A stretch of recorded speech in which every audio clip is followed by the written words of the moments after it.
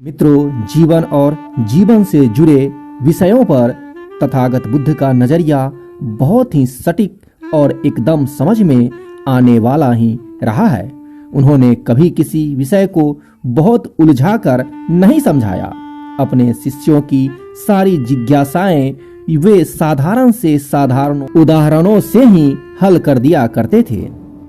तो आइए मित्रों, तथागत बुद्ध से जुड़ी हम कुछ बातें आपके सामने प्रस्तुत करने जा रहे हैं, जो तथागत बुद्ध से जुड़ी कहानी है। मित्रों, इससे पहले कि आप इस कथा में खो जाएं, इस चैनल को सब्सक्राइब अवश्य कर ले।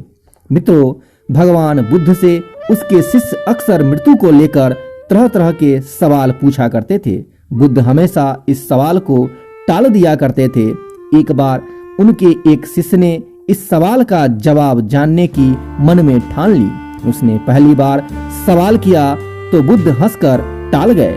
उसने एक बार फिर पूछा तो उसे अनदेखा करते हुए तथागत बुद्ध ने दूसरे शिष्य की ओर मुखातिब हो गए।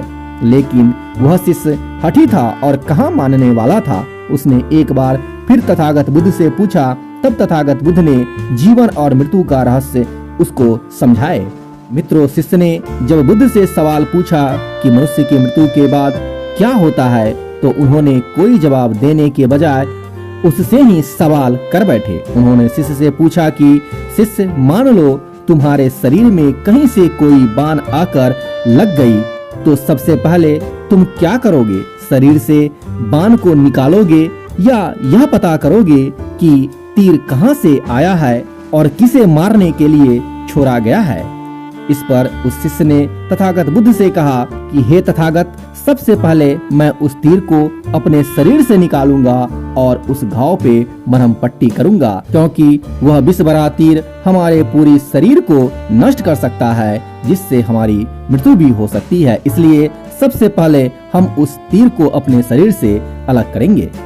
इस पर तथागत बुद्ध ने फिर मुस्कुराए और अपने शिष्य के तरफ मुंह करके, शिष्य, तुम्हारा जवाब बिल्कुल सही है। हमें जीवन मिला है जीने के लिए। हमें कितना संघर्ष करना पड़ता है, जीवन में इतना दुख है।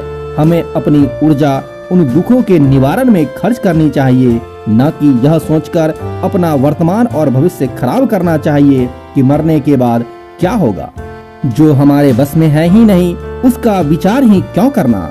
किसकी मृत्यु कब आएगी ये सिर्फ परमात्मा जानता है। मनुष्य के हाथ में सिर्फ कर्म करना है। उसे इस विषयों के बारे में सोचकर वक्त बर्बाद नहीं करना चाहिए। जो बातें उसके हाथ में है उसी पे विचार करना चाहिए। उसे सिर्फ उन बातों के बारे में सोचना चाहिए जो वो कर सकता है। शिष्य अब समझ चुका था और उसकी जिज्ञासा शांत हो चुकी थी। मित्रों, इंसान को उन बातों के बारे में सोचकर समय नहीं गंवाना चाहिए जिस पर उसका कोई जोर न हो। हमेशा उन बातों के बारे में ही विचार करे जो आपकी परेशानियों को कम कर सके, समाज को जिससे फायदा हो या किसी इंसान की मदद हो सके। तो मित्रों, कैसी लगी हमारी आज की तथागत बुद्ध से जुड़ी कथा? अगर अच्छी लगे तो कमेंट सेक्शन में अवश्य बताना और इस वीडियो को लाइक करना मत भूलना, क्योंकि आपका एक लाइक हमारे मोटिवेशन को और भी स्ट्रॉन्ग बनाता है। तो मिलते हैं अगली वीडियो में एक अगले कथा के साथ। तब तक तथागत बुद्ध आपका भला करे।